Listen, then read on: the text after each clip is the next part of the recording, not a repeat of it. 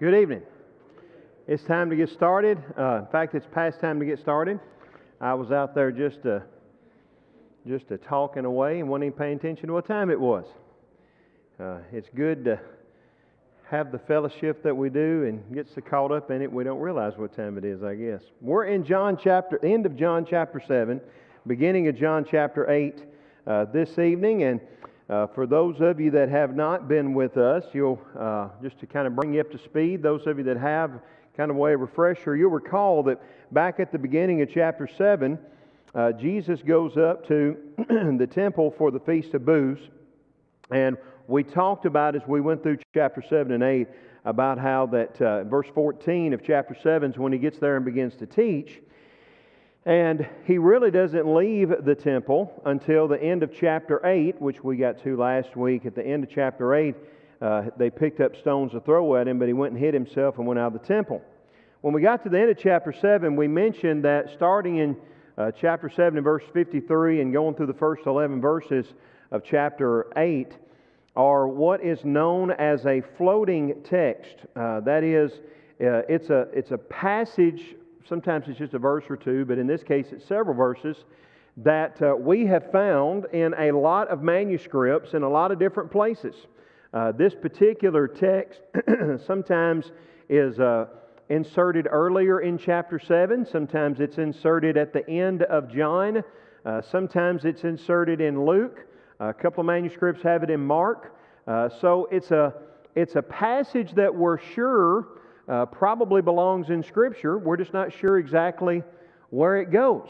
And it would seem logical for somebody to, I was talking with Webb today, and I said, I've got a bunch of notes written on the edge of my Bible. If some scribe had a scroll of John, and he might have written on the edge of his, this is a good thing to remind me as a good example of this judging righteous judgment. Remember verse 24 of chapter 7, we said was kind of the key verse through all of this, of judging righteous judgment.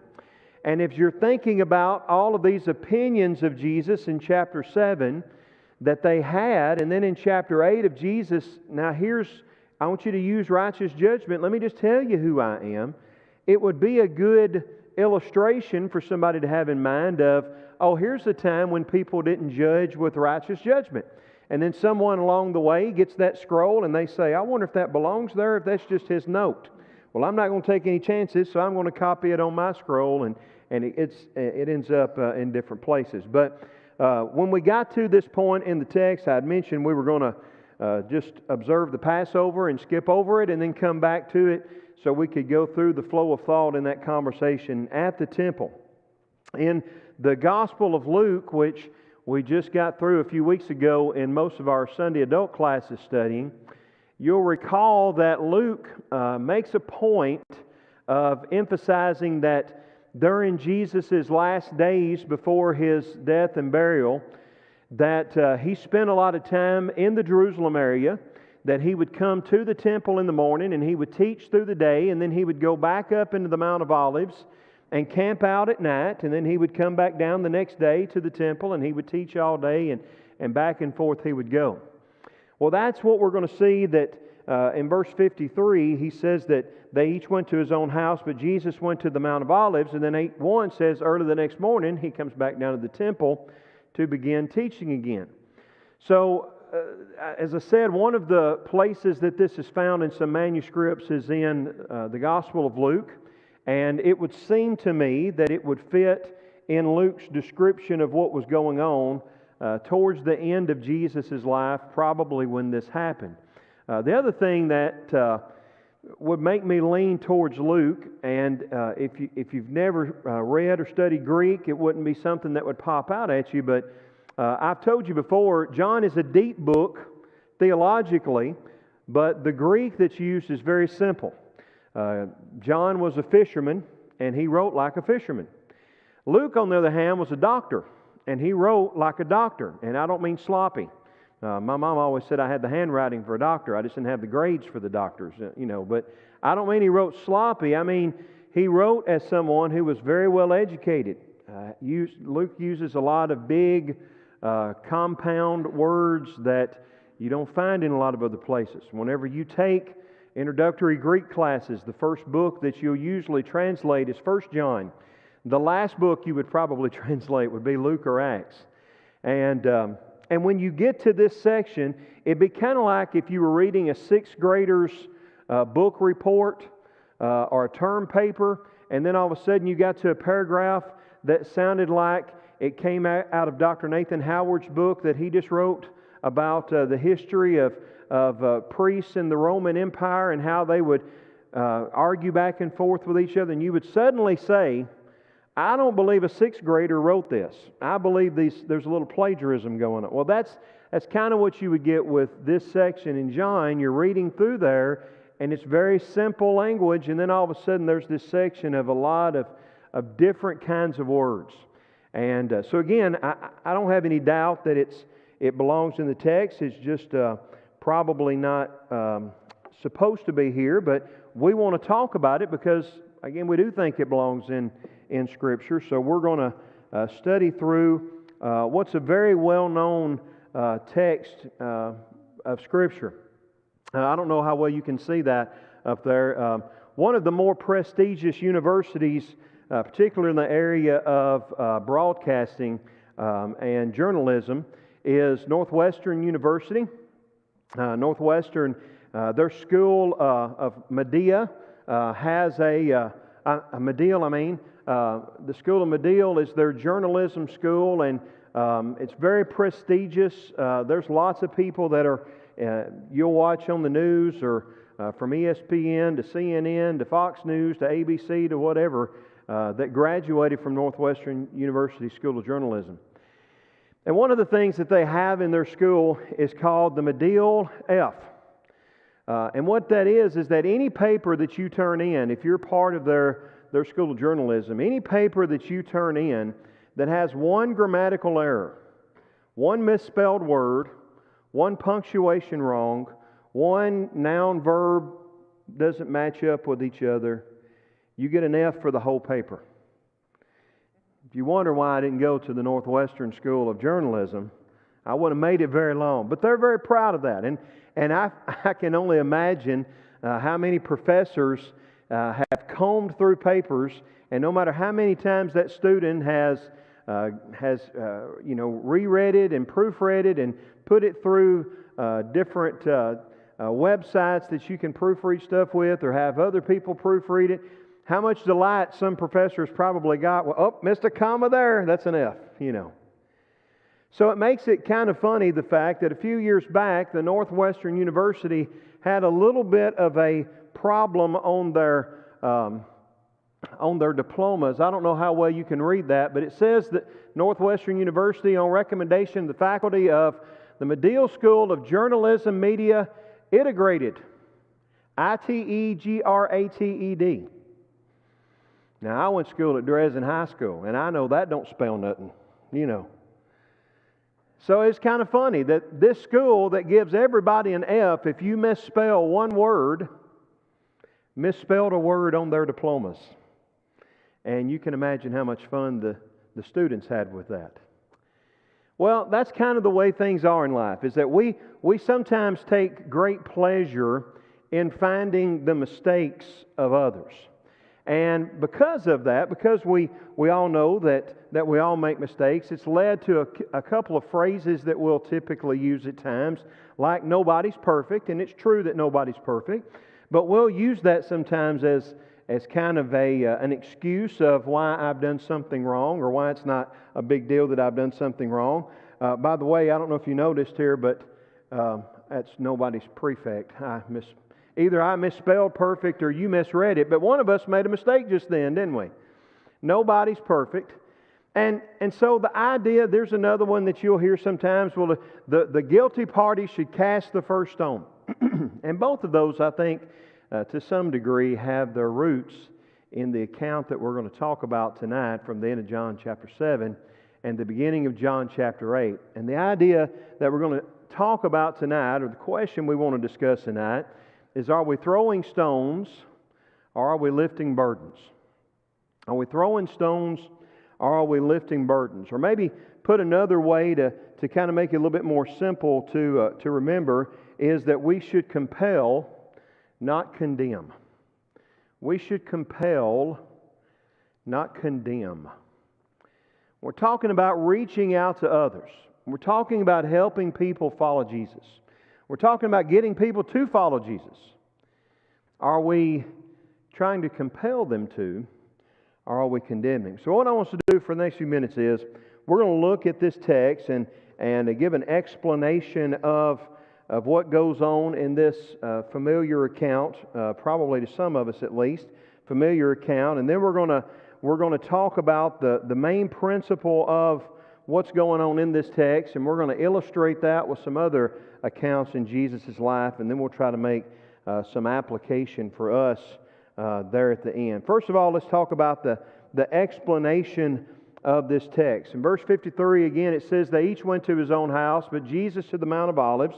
Early in the morning, he came again to the temple. All the people came to him, and he sat down and taught them. Again, this kind of goes along with what Luke said was happening in the last days of Jesus' life, that he would go to the Mount of Olives, come down and teach in the temple every day.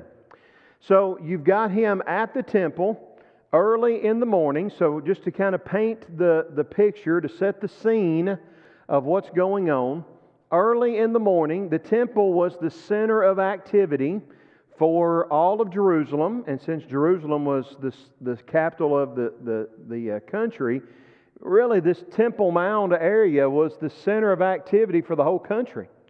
And every morning would have been a really busy time around the temple. You would have had all of the different people that there's marketplaces even today all around the Temple Mount. There's marketplaces everywhere because that's where lots of people went during the daytime. They would go there because of the sacrifices that were being carried on. They would go there because in the porches that were rented out, they would have gatherings for different events. They would have teaching that would go on by different rabbis. Lots went on around the temple. And so markets set up there. So even if you weren't going to the temple, you would go to that area because you were buying your daily bread, your daily groceries, whatever it might have been. There was, of course, vendors that were there that would be selling different animals that you could buy, doves or lambs or whatever it might be that you needed to buy for sacrifices. First thing in the morning, if you can picture like the main street downtown or over in that little section where Rural King and all those stores are, and first thing in the morning you got people bringing everything out on the sidewalk that's sitting out there, and maybe they're sweeping and they're washing the windows or whatever. Well, all of those kind of things would have been going on around the temple. We're opening up for business. And you would have had the priests and the Levites would have been gathering together the animals that they were going to be sacrificing that day. There would have been the beginning of getting everything in order and the beginning of actually slaughtering those animals. And so just a buzz of activity that's going on. So it made a logical place for Jesus to go to and teach people. First thing in the morning, at the center of all the activity, to be where people are so that you can teach them. And all the people came to Him because they had undoubtedly heard about Jesus. They'd heard about His teaching and how that He taught as one who had authority. They heard about how that Jesus had healed different people, the miracles that He had performed, those kinds of things. And they wanted to come listen to Jesus teach, and that's what He did.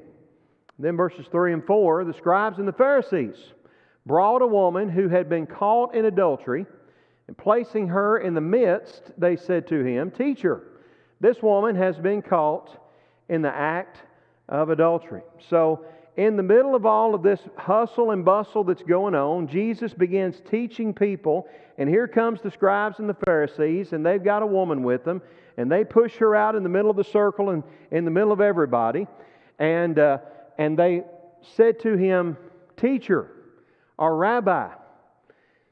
It's almost like they wanted to be taught something, right?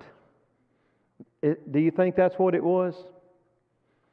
This was a little bit of they're being a little disingenuous, right? We're buttering you up. We want you to think that we're here. "Teacher, Rabbi, you're here teaching. We want you to help us with this scenario. This woman has been caught in the act. Now, that's an important phrase that they've added there. In the act of adultery. And that's something that is a sin, obviously. And so we need to talk about this. So verse 5, now in the law, Moses commanded us to stone such women. What do you say? Well, first thing, what time of day is it that they brought this woman to her? In the morning. Adultery is typically, not always, typically not the kind of sin that takes place first thing in the morning, right? So maybe they caught her the night before, or maybe even sometime before. And they've held on to her for this moment, right? Obviously, there's something else going on besides we just caught her in the act of adultery. But they say, in the law, Moses commanded us to stone such a woman. Now, it's true that this is in the law of Moses that should happen. Leviticus 22 and verse 10, if a man commits adultery with the wife of his neighbor, both the adulterer and the adulteress shall be put to death. So they brought the woman to Jesus. Now, what's the problem here?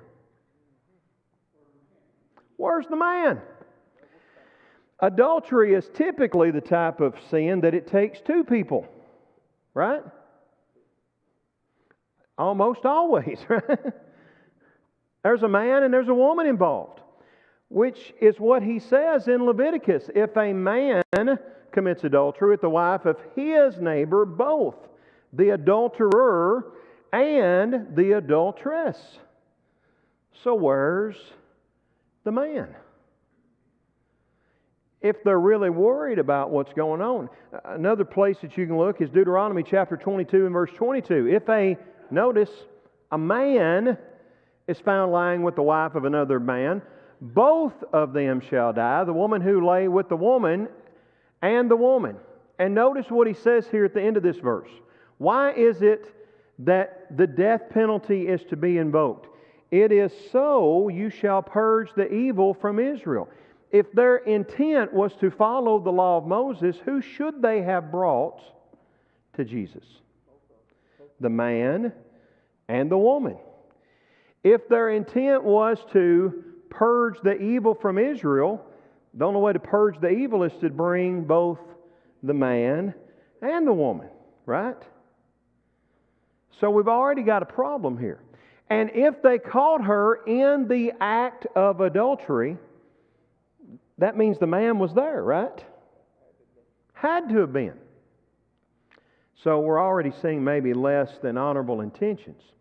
And verse 6, it's clarified. They said two things. Number one, to test him. Number two, that they might have some charge to bring against him.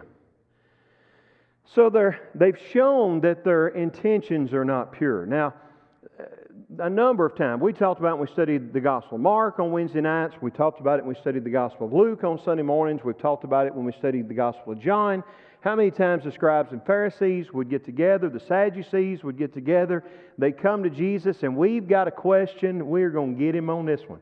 And I can't imagine how many huddles they had, and you know, Joseph says, hey boys, I know how we can get him.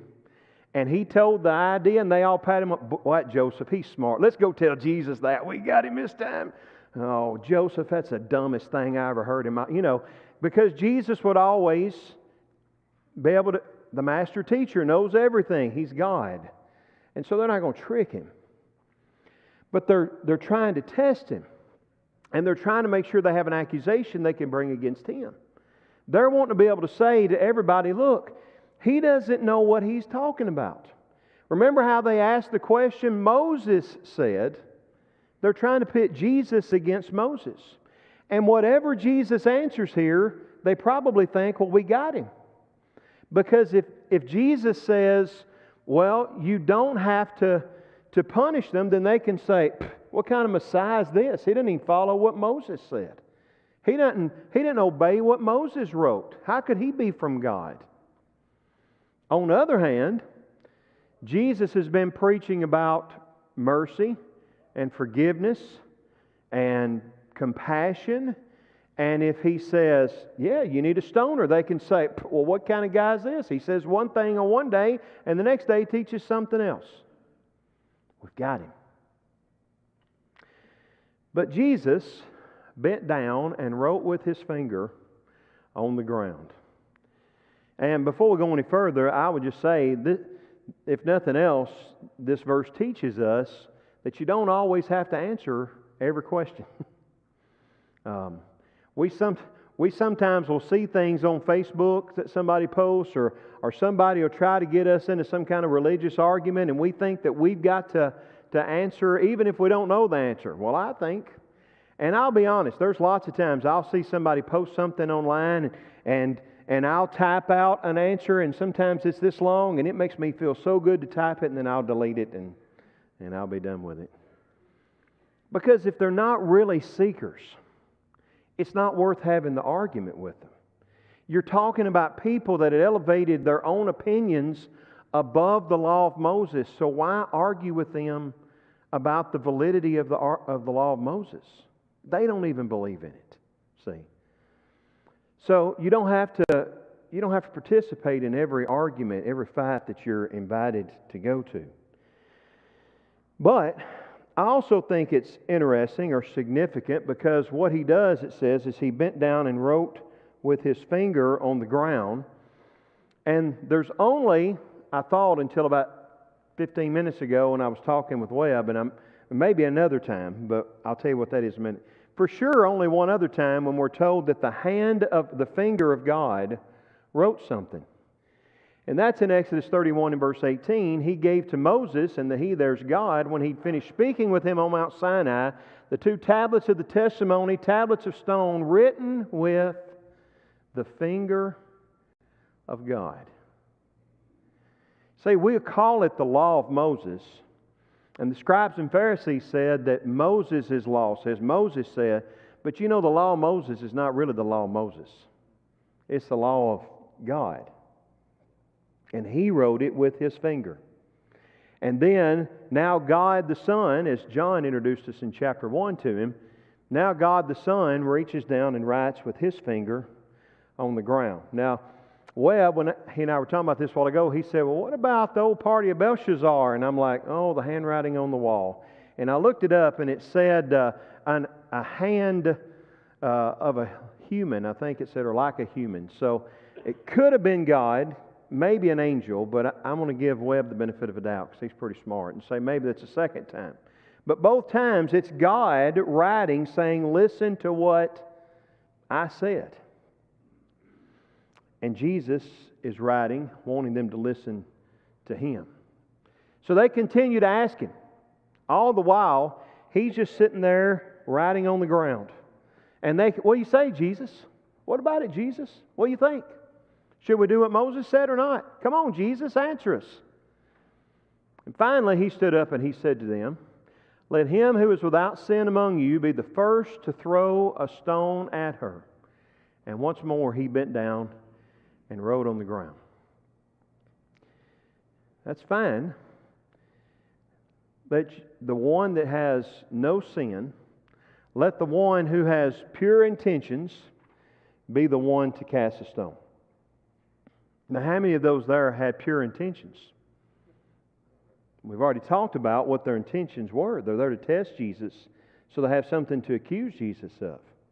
They're not really concerned about keeping Israel pure because the man, who they called in the act also, is nowhere to be found. Unless, surely, the man's not one of that group that just came in. And then Jesus stoops down and he begins writing on the ground once again. Now, I'll tell you, pretty much every book, commentary you read about this section, every sermon and Bible class that you'll hear taught, inevitably, this becomes the focus. What did Jesus write on the ground? And I've heard people, man, I get to heaven, you know what we'll talk about sometimes. First thing you want to ask God. What's the first thing you want to ask God? Well, I want to ask Him what it was Jesus was writing on the ground. I have a feeling once we get there, that won't be the first thing come to our mind. But I told Webb's been excited because I didn't tell him what it was, but I told him that I was going to reveal tonight the best of our investigation, what we think Jesus wrote on the ground there. Now, I'm not saying 100% sure that's right, but I'm thinking it's pretty close. Takes one to know one. Garrett actually wrote that in dirt in a baseball field for me, and I took a picture of it, and I've been using it when I teach this ever since. But it didn't really matter what he wrote, but that's what he's trying to get them to see. I just told Ron, I said, I waited all day for that. Well, I've waited all day. See, you think it's exciting working up here with us, but this is as exciting as it gets right here, boy. Takes one to know one. That's kind of the point that Jesus is making here, is that with the worst of intentions, with a desire to try to fool and trick somebody else, people that have elevated their own opinions and traditions above the law of Moses, people that aren't even following the law of Moses in the very thing that you're talking to me about, and you're going to say, what should we do? Should we follow the law of Moses or not? So it says, when they heard it, they went away one by one, beginning with the older ones, and Jesus was left alone with the woman standing before him. When Jesus said, whoever is without sin, cast the first stone, he knelt down and started writing again on the ground, and they started dropping their stones and walking away, starting with the oldest one. Now why? I don't know. The Bible doesn't tell us. But I can tell you that the older I get, the more I realize and recognize how many flaws that I have, and I recognize how many times that I failed God and others. And so maybe that's why.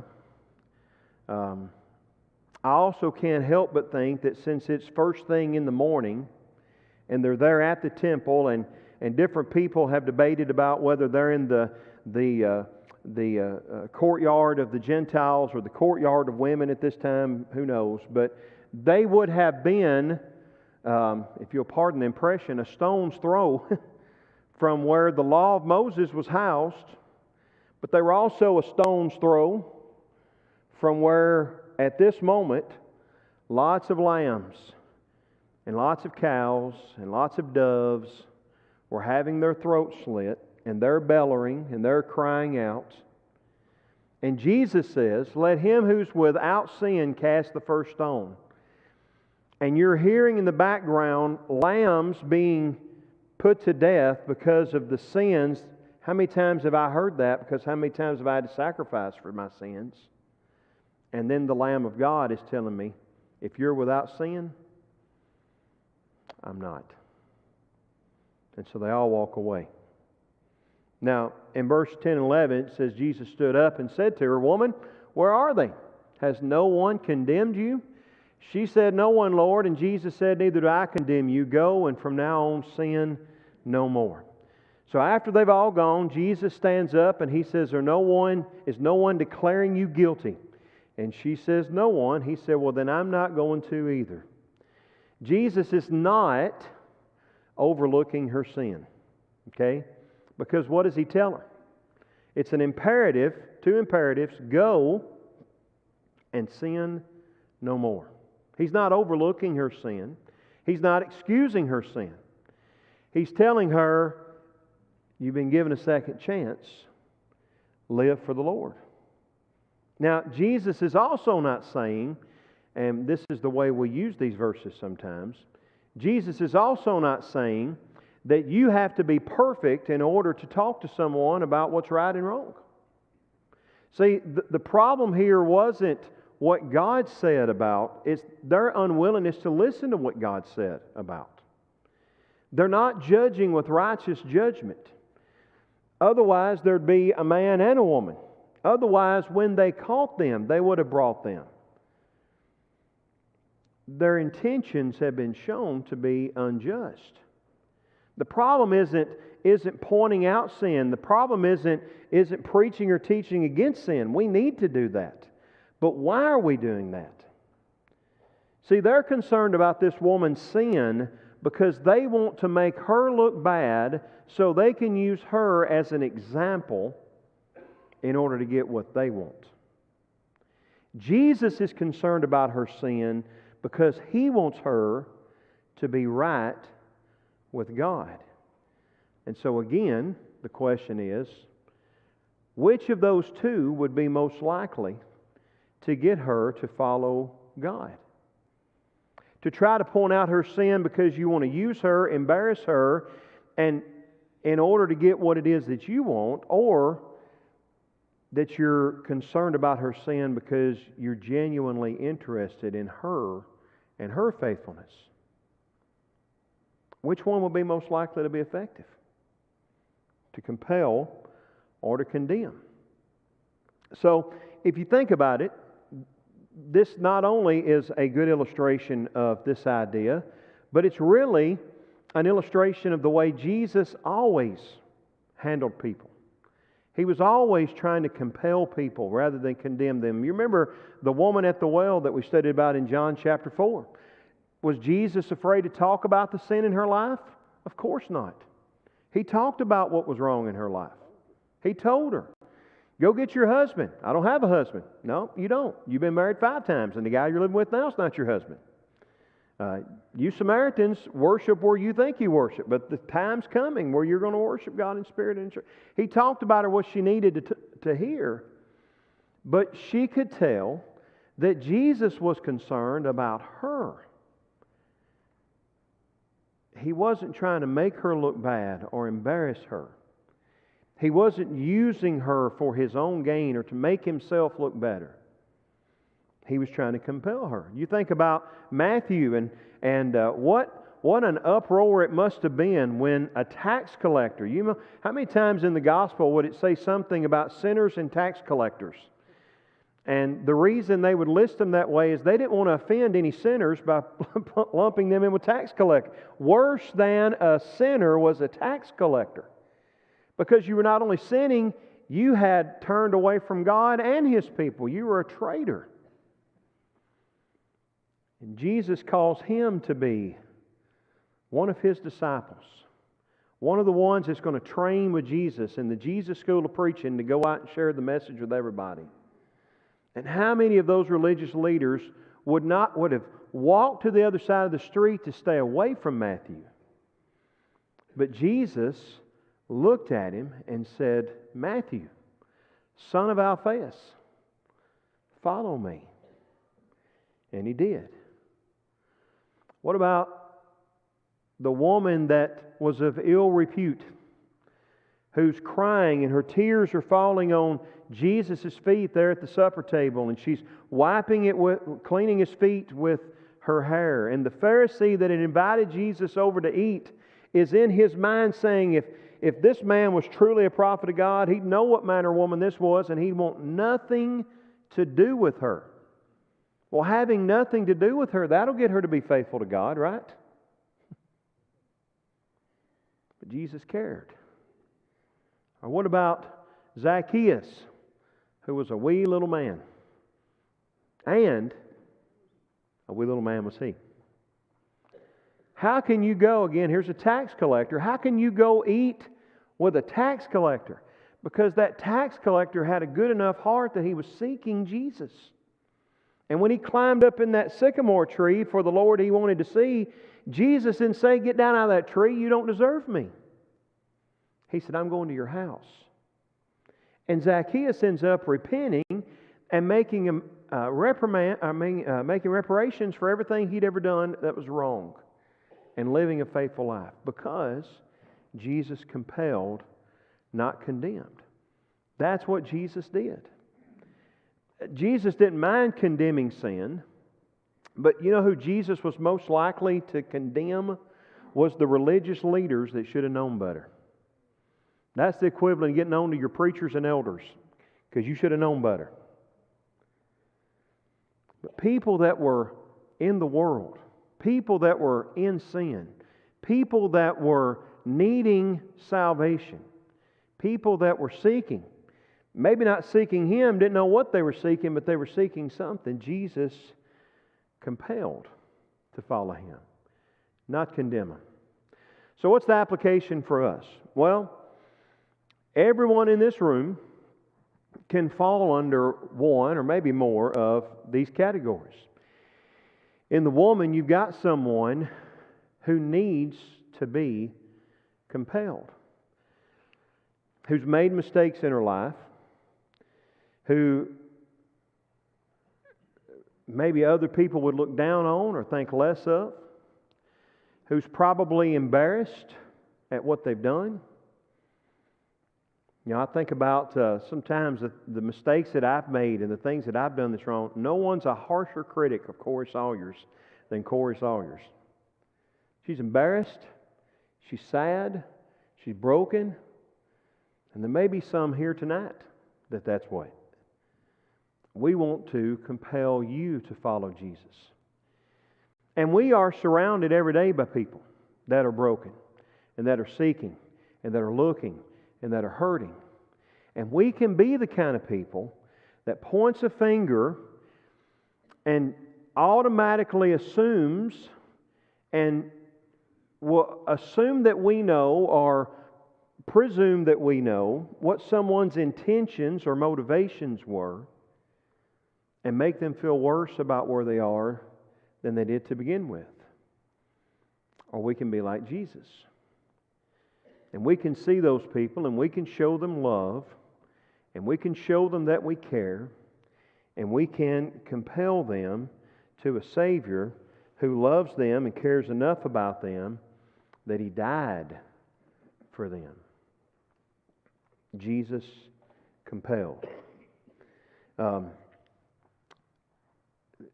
That's not our windshield in Colorado with snow falling. That's what it looks like this time of year through about October. You know, when you're driving around on country roads, it's a disgusting picture, I know, but we would drive in Colorado for months on end, and there'd be one little bug on our windshield because there's no bugs in Denver. And then we would leave Denver and head home, and sometimes we would have to stop more times to clean the windshield than fill up our gas tank. There was a guy one time that was riding with his wife, and he stopped to get gas. An attendant came out. This was back in the days when attendants would come out. And he starts pumping his gas, and he says, "Anything else?" He said, "Yeah, I need you to wash my windshield for me." So the attendant guy gets out there, and he sprays it down, and he scrubs and scrubs and scrubs, and he comes back the window. He said, "How's that, sir?" And he said, "It looks terrible. Try it again." So the attendant sprays it down, and he really scrubs that windshield, you know, and he gets done. He comes back around the side. He said, "How about that, sir?" He said, "No, it don't even look like you done it. Will you scrub the window?" He gets out there and he sprays it down. He really puts the elbow grease in and tries to get it clean. Comes back around the side. He said, "How's that?" And he said, "Well, it still looks terrible, but I'm not going to sit here all day long watch you show me that you can't wash a windshield." So the attendant kind of hung his head and walked back into the station. And his wife leaned over and she took her husband's glasses off his face and she wiped them off and then gave them back, and he went, there's no spots on the windshield. How many times are we looking at the spots in others' lives when really we're looking at our own stains? We need to make sure that we're walking with the Lord and following Jesus. And we need to teach and preach that there is truth, and we've got to follow what Jesus says. But we've also got to be willing to understand the need to not just throw stones at people, but to lift burdens, to compel and not condemn. Because that's how we're going to be most effective in reaching people with Jesus and convincing them of their need to follow Him. All right, we will begin with John chapter 9 next week, and I hope you'll be reading John chapter 9. One of my favorite. I probably say that every time we go to a new chapter in John, I know, but one of my favorite conversations happens in John chapter 9, and so I hope that you'll be here for that. As we're signing off online, we appreciate those online that have joined us this evening. We're going to have some announcements here for the folks that are here, and then Nathan Chuff is going to lead us in a dismissal prayer here.